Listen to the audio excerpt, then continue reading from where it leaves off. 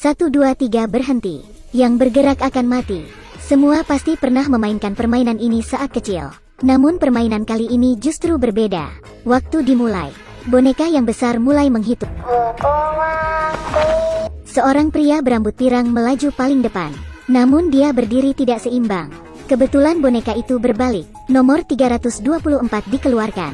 Orang bodoh itu ketahuan. Ternyata orang yang bergerak akan membayar dengan nyawanya. Pria tampan di belakangnya ketakutan dan segera berlari mundur. Tapi dia tidak beruntung. Ini adalah drama Korea yang paling menarik tahun ini. Permainan cumi-cumi. Pria ini adalah orang tak berguna. Dan dia juga terlilit hutang. Hari itu dia bertemu seorang pria misterius yang mengundangnya berpartisipasi dalam sebuah permainan. Ada 456 peserta yang ikut bermain. Semuanya adalah orang miskin yang terlilit hutang. Namun ketika menang sampai detik terakhir, maka akan mendapat hadiah uang 45,6 miliar won dan mengubah takdir kehidupannya. Tapi tak disangka, permainan ini menggunakan nyawa sebagai taruhan. Saat ini semua orang telah menyadari kejanggalan. Semuanya bergegas ke pintu keluar. Sedangkan pistol mulai menembak semua orang yang ingin melarikan diri. Dengan segera peserta yang tersisa tidak mencapai setengahnya. Mereka benar-benar seperti orang kayu yang berdiri diam. Mereka tidak berani bergerak sedikit pun. 1, 2, 3 berhenti. Setelah mengetahui akibat fatal dari permainan, semua orang tidak beran asal bergerak. Hanya ada satu orang tua yang berjalan tenang mengikuti perintahnya. 1, 2, 3 berhenti. Namun seiring dengan berjalannya permainan, mereka dengan segera menyadari perintah boneka itu semakin cepat. Tidak tersisa banyak waktu untuk mereka. Sedangkan pria saat ini belum tersadar dari permainan. Di atas tubuhnya terdapat sebuah mayat yang membuatnya tidak bisa bergerak. Pemain berbaik hati di belakangnya berkata, "Kamu tidak bergerak seperti ini juga bukan solusinya. Sisa waktu permainan hanya 5 menit. Jika tidak mencapai garis final, maka nyawanya juga akan hilang." Dan memperkirakan boneka itu adalah perangkat yang mengandalkan deteksi gerakan. Jadi selagi bersembunyi di belakang orang, maka tidak akan dikenali. Tidak ada waktu lagi. Waktu hanya tersisa 2 menit. Pria memberanikan diri dan bergerak maju ke depan. Namun sayangnya, pemain di depannya juga ditembak mati. 1, 2, 3 berhenti. Di saat itu juga, seorang pemain yang kakinya tertembak menarik pria. Dia meminta tolong pada pria. Melihat tatapannya yang kasihan, lalu melihat waktu di atas. Tersisa kurang dari 2 menit. Pria dengan kejam meninggalkannya. 1, 2, 3 berhenti. Sekarang hanya tersisa 1 menit. Perintah boneka itu semakin cepat. Pemain di lapangan itu ada yang terluka maupun mati. Tapi juga banyak orang yang telah mencapai garis final. Sedangkan pria masih berjarak beberapa meter dari garis final. Namun di saat itu juga, untung aja seorang pria hitam menyelamatkan pria. Perintah terakhir dimulai. Semua orang mulai melaju ke depan. Pria dan orang hitam itu tiba di garis final saat detik terakhir. Namun pemain lain yang belum mencapai garis final tidaklah begitu beruntung. Mereka ditembak satu persatu. Tidak ada yang lolos dari tembakan. Namun pemain yang berhasil ini tidak sempat beristirahat. Permainan kedua dimulai. Di permainan berikutnya adalah lomba tarik tambang beranggota 10 pemain. Sebuah menari besi setinggi 100 meter. Hanya dengan membuat lawan terjatuh, maka akan bisa meraih kemenangan. Saat ini peserta hanya tersisa 108 orang. Perlombaan tarik tambang dimulai. Ronde pertama. 10 pria kuat melawan sekelompok orang lemah. Waktu belum berjalan setengah. Kelompok orang lemah ini telah ditarik. Semua anggota tim itu meninggal. Ronde kedua giliran pria ini. Namun dia sangat sial. Karena di timnya terdapat 3 wanita. Dan 1 orang tua. Sedangkan yang akan mereka lawan adalah 10 pria kuat. Sialan. Mereka tampak sedih ketika berjalan ke lapangan. Karena mengira ini adalah permainan yang pasti kalah. Namun pria tua ini telah mengenali situasi ini. Jangan terlalu berkecil hati. Tarik tambang tidak hanya mengandalkan energi. Dia memberihu semua orang. Pertama orang yang berdiri di depan sangat penting. Itu haruslah orang yang paling kuat. Kemudian posisi semua orang juga sangat penting. Meletakkan tali di tengah. Berdiri silang kiri dan kanan. Kedua kaki berdiri tegak dan lurus. Menjepit tali di bawah ketiak. Dengan begitu kita bisa mengeluarkan semua tenaga. Sebuah suara tembakan. Semua anggota tim pria bersandar ke belakang. Mereka melakukan seperti yang diajarkan pria tua. Satu persatu menghadapkan perut mereka ke atas. Dengan bertahan seperti itu, dan meskipun lawan mengeluarkan tenaga sebesar apapun, mereka tetap tidak bisa menariknya. Dengan pertahanan ini, tim lawan akan kacau. Tarik.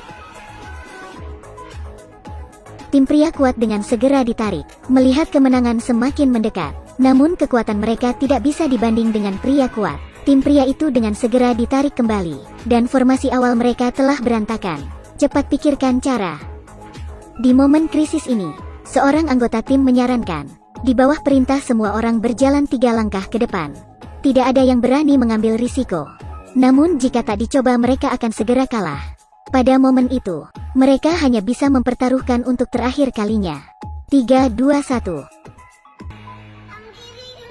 Benar saja, langkah itu membuat semua anggota tim pria kuat terjatuh. Di saat itu juga, tim pria mengambil kesempatan, menarik dengan cepat ketika lawannya akan berdiri.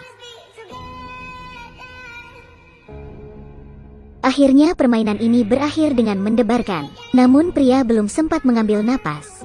Permainan selanjutnya dimulai lagi. Permainan berikutnya adalah jembatan kaca perenggut nyawa. Di depan para pemain terdapat 2 jembatan.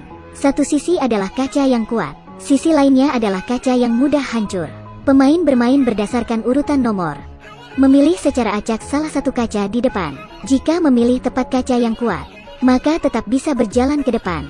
Jika salah memilih kaca yang mudah hancur, maka akan menjadi daging tumbuk. Untungnya pria ini adalah yang terakhir bermain. Namun dia tidak bisa terlalu senang, karena waktu melewati jembatan hanya 16 menit. Jika tidak melewati jembatan di waktu yang ditentukan, maka nyawanya juga akan melayang. Pemain pertama mulai bermain. Dia sangat ragu dan memilih sebelah kiri. Tampaknya sebelah kiri adalah jembatan kaca yang kuat. Pemain nomor 1 dengan segera melompat ke depan. Sangat jelas dia salah memilih. Giliran pemain nomor 2 bermain. Menurut aturan kaca pertama sebelah kiri adalah kaca kuat. Kaca kedua sebelah kanan adalah kaca kuat. Maka kaca ketiga harusnya ada di sebelah kiri. Ternyata ini tidak ada aturan sama sekali. Semuanya mengandalkan tebakan. Dengan segera giliran pemain ketiga.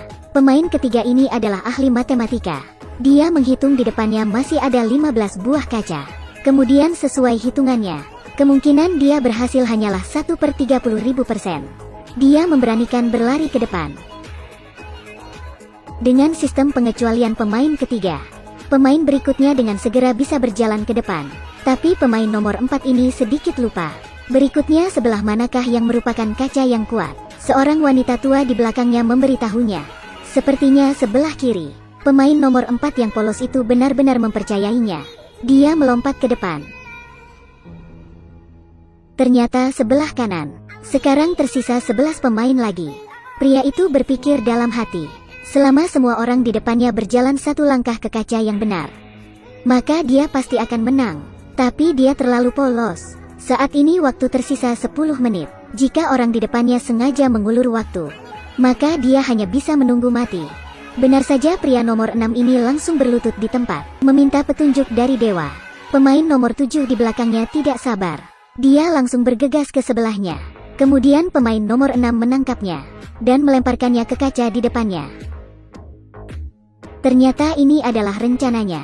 Memanfaatkan pemain di belakang untuk pengecualian diri. Ini bukan hanya permainan menguji nyali. Ini juga permainan yang menguji kemanusiaan. Terima kasih Tuhan. Kemudian satu persatu pemain berpergian. Ada yang mengkhianati, ada yang mendorong. Sedangkan waktu yang tersisa kurang dari 3 menit. Giliran pemain nomor 13. Dia membuat kaca selama 30 tahun. Hanya dengan melihat pantulan cahaya, dia dengan mudah bisa membedakan sisi mana yang merupakan kaca kuat. Jadi dia melangkah dengan benar. Pemain di belakang menyemangatinya. Namun di saat itu juga, penyelenggara melihat bahwa pemain itu curang. Dia langsung memadamkan semua lampu di tempat permainan itu. Sehingga pria ini tidak bisa mengamati. Waktu yang tersisa kurang dari 2 menit. Meskipun pria itu terus mengamati, tapi dia tidak lagi bisa membedakan kaca mana yang merupakan kaca kuat. Saya tidak bisa membedakan. Biarkan saya membantumu. Dorongan yang berkemanusiaan itu menyingkirkan kaca terakhir. Waktu yang tersisa kurang dari 10 detik. Tiga pemain yang tersisa hanya bisa berusaha melompat ke depan.